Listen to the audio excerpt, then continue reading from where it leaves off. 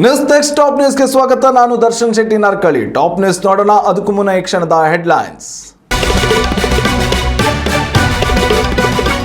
ರಾಜಭವನಕ್ಕೆ ಲೋಕಭವನ ಎಂದು ಮರುನಾಮಕರಣ. ಕೇಂದ್ರದ ನಡೆಗೆ ರಾಜ್ಯ ಸರ್ಕಾರದಿಂದ ಆಕ್ಷೇಪ. ಪತ್ರ ಬರೆಯಲು ಮುಂದಾದ ಸಿಎಂ ಸಿದ್ದರಾಮಯ್ಯ.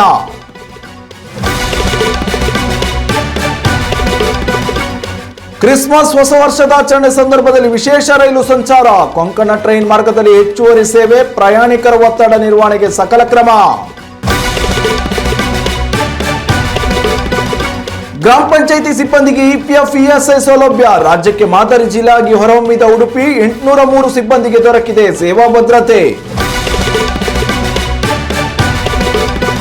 ಇಂಡಿಗೋ ರೆಕ್ಕೆ ಕತ್ತರಿಸಿದ ಕೇಂದ್ರ ಸರ್ಕಾರ. 220 ವಿಮಾನಗಳ ನಿತ್ಯ ಸಂಚಾರಕ್ಕೆ ಬಿತ್ತು ಕೊಕ್ಕೆ. ದೈನಂದಿನ ಕಾರ್ಯಾಚರಣೆ 10% ಕಡಿತ.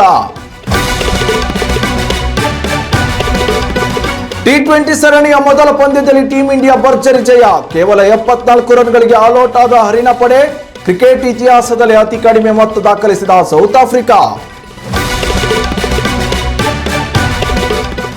ದೇಶದಾದ್ಯಂತ ಇರುವ ಎಲ್ಲ ರಾಜಭವನಗಳನ್ನು ಇನ್ಮುಂದೆ ಲೋಕಭವನ ಎಂದು ಮರುನಾಮಕರಣ ಮಾಡಲು ಕೇಂದ್ರ ಸರ್ಕಾರ ಮುಂದಾಗಿದ್ದು, ಈ ಬಗ್ಗೆ ರಾಜ್ಯ ಸರ್ಕಾರ ಅಸಮಾಧಾನ ಹೊರಹಾಕಿದೆ. ಈ ಸಂಬಂಧ ಸಿಎಂ ಸಿದ್ದರಾಮಯ್ಯ, ಸಚಿವ ಎಚ್.ಕೆ. ಪಾಟೀಲ್ ಅವರ ನೇತೃತ್ವದಲ್ಲಿ ಸಚಿವರು ಸಭೆ ನಡೆಸಿದ್ದು, ಕೇಂದ್ರದ ಈ ನಡೆಗೆ ಆಕ್ಷೇಪ ವ್ಯಕ್ತಪಡಿಸಿ ಪತ್ರ ಬರೆಯಲು ನಿರ್ಧರಿಸಿದ್ದಾರೆ. ರಾಜಭವನ ಎನ್ನುವುದು ಕೇವಲ ರಾಜ್ಯಪಾಲರ ವಾಸಸ್ಥಳವಲ್ಲ. ಸಂವಿಧಾನದಲ್ಲಿ ಇದಕ್ಕೆ ಬಹಳ ಮಹತ್ವವಿದೆ. ಹೀಗಿರುವಾಗ ರಾಜಭವನದ ಹೆಸರು ಬದಲಾವಣೆ ಮಾಡುವ ಮುನ್ನ ಎಲ್ಲ ರಾಜ್ಯಗಳ ಅಭಿಪ್ರಾಯವನ್ನ ಕೇಂದ್ರ ಸರ್ಕಾರ ಕೇಳಬೇಕಿತ್ತು. ಏಕಾಏಕಿ ರಾಜಭವನಕ್ಕೆ ಲೋಕಭವನ ಎಂದು ಮರುನಾಮಕರಣ ಮಾಡುತ್ತಿರುವ ಉದ್ದೇಶವಾದರೂ ಏನು ಎಂಬಿತ್ಯಾದಿ ಪ್ರಶ್ನೆಗಳನ್ನು ಕೇಂದ್ರದ ಮುಂದಿಡಲು ರಾಜ್ಯ ಸರ್ಕಾರ ತಯಾರಿ ನಡೆಸಿದೆ. ಇನ್ನು ಕೇಂದ್ರ ಸರ್ಕಾರ ಎಲ್ಲ ರಾಜ್ಯಗಳಿಗೆ ರಾಜಭವನದ ಬೋರ್ಡ್ ಬದಲಿಸುವಂತೆ ಸೂಚಿಸಿ ಸುತ್ತೋಲೆ ಹೊರಡಿಸಿದೆ. ಹೀಗಾಗಿ ಇನ್ನೇನು ಕೆಲವೇ ದಿನಗಳಲ್ಲಿ ತಾವರ್ ಚಂದ್ ಗೆಹ್ಲೋಟ್ ಅವರು ಇರುವ ರಾಜಭವನದ ಫಲಕ ಕೂಡ ಲೋಕಭವನ ಎಂದು ಬದಲಾಗಲಿದೆ. ಕ್ರಿಸ್ಮಸ್ ಹಾಗೂ ಹೊಸ ವರ್ಷದಾಚರಣೆ ಸಂದರ್ಭದಲ್ಲಿ ಮಿತಿಮೀರುವ ರೈಲು ಪ್ರಯಾಣಿಕರ ನಿಯಂತ್ರಣಕ್ಕಾಗಿ ಕೊಂಕಣ ರೈಲು ಮಾರ್ಗದಲ್ಲಿ ವಿಶೇಷ ರೈಲುಗಳ ಸಂಚಾರಕ್ಕೆ ರೈಲ್ವೆ ಇಲಾಖೆ ಮುಂದಾಗಿದೆ. ಯಶವಂತಪುರ ಜಂಕ್ಷನ್ ವಾಸ್ಕೋಡ ಗಾಮ ಎಕ್ಸ್ಪ್ರೆಸ್ ವಿಶೇಷ ರೈಲು ಡಿಸೆಂಬರ್ 25 ಹಾಗೂ 31ನೇ ತಾರೀಕಿನಂದು ಯಶವಂತಪುರ ಜಂಕ್ಷನ್ನಿಂದ ರಾತ್ರಿ 12:20ಕ್ಕೆ ಹೊರಟು ಮಧ್ಯಾಹ್ನ 1:50ಕ್ಕೆ ವಾಸ್ಕೋಡ ಗಾಮ ತಲುಪಲಿದೆ. ಅಂತೆಯೇ 06506 ಸಂಖ್ಯೆಯ ಟ್ರೈನ್ ಡಿಸೆಂಬರ್ 25 ಹಾಗೂ ಜನವರಿ 1ರಂದು ವಾಸ್ಕೋಡ ಗಾಮದಿಂದ ಸಂಜೆ 5 ಗಂಟೆಗೆ ಹೊರಟು ಮಾರನೇ ದಿನ ಬೆಳಿಗ್ಗೆ 9:30ಕ್ಕೆ ಬೆಂಗಳೂರು ತಲುಪಲಿದೆ.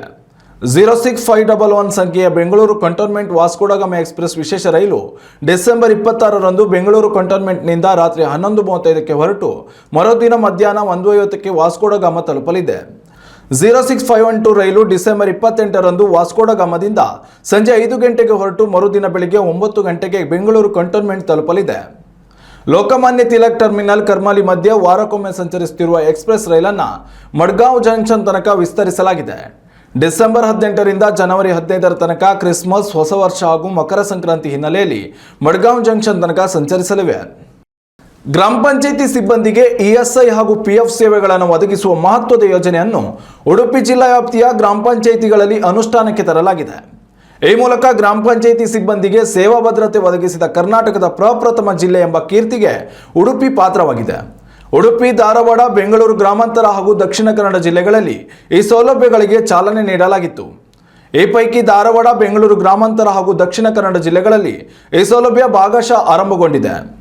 ಆದರೆ ಉಡುಪಿ ಜಿಲ್ಲೆಯಲ್ಲಿ ಸೇವಾ ಭದ್ರತೆ ಅನುಷ್ಠಾನಗೊಳಿಸುವಲ್ಲಿ ಸಂಪೂರ್ಣ ಯಶಸ್ಸು ಸಾಧಿಸಲಾಗಿದ್ದು, ಮಾದರಿ ಜಿಲ್ಲೆಯಾಗಿ ಹೊರಹೊಮ್ಮಿದೆ.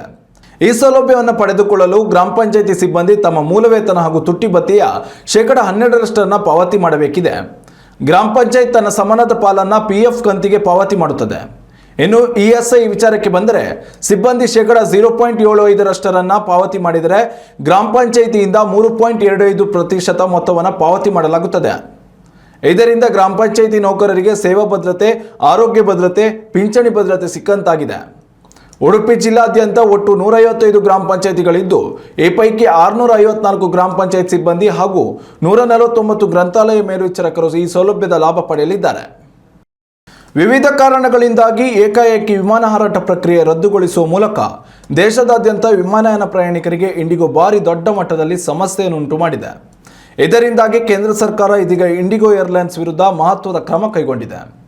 ಭಾರತದ ಅತಿದೊಡ್ಡ ವಿಮಾನಯಾನ ಸಂಸ್ಥೆ ಎಂದೇ ಖ್ಯಾತಿ ಗಳಿಸಿರುವ ಇಂಡಿಗೋ ತನ್ನ ವಿಮಾನಯಾನ ಕಾರ್ಯಾಚರಣೆ ಕಡಿತಗೊಳಿಸುವಂತೆ ಕೇಂದ್ರ ನಾಗರಿಕ ವಿಮಾನಯಾನ ಇಲಾಖೆ ಸೂಚನೆ ನೀಡಿದೆ. ಈ ಮೂಲಕ ಪ್ರತಿನಿತ್ಯ 220 ವಾಹನಗಳ ಹಾರಾಟ ನಡೆಸುತ್ತಿದ್ದ ಇಂಡಿಗೋ ಸಂಸ್ಥೆ ಕಾರ್ಯಾಚರಣೆ 10% ಕಡಿತಗೊಳ್ಳಲಿದೆ. ದೇಶದಾದ್ಯಂತ ಪ್ರತಿದಿನ 138 ತಾಣಗಳಿಗೆ ಒಟ್ಟು 2200 ವಿಮಾನಗಳನ್ನು ಇಂಡಿಗೋ ಕಾರ್ಯಾಚರಣೆ ಮಾಡುತ್ತದೆ. ಇಂಡಿಗೋ ವಿಮಾನಯಾನದಿಂದಾಗಿ ಉಂಟಾದ ಈ ಸಮಸ್ಯೆಯನ್ನು ಬಗೆಹರಿಸಲು ಕೇಂದ್ರ ಸರ್ಕಾರ ಗಂಭೀರ ಕ್ರಮ ವಹಿಸುತ್ತಿದ್ದು ಎಲ್ಲ ವಿಮಾನ ನಿಲ್ದಾಣಗಳಲ್ಲಿ ಪರಿಶೀಲನೆ ನಡೆಸುತ್ತಿದೆ.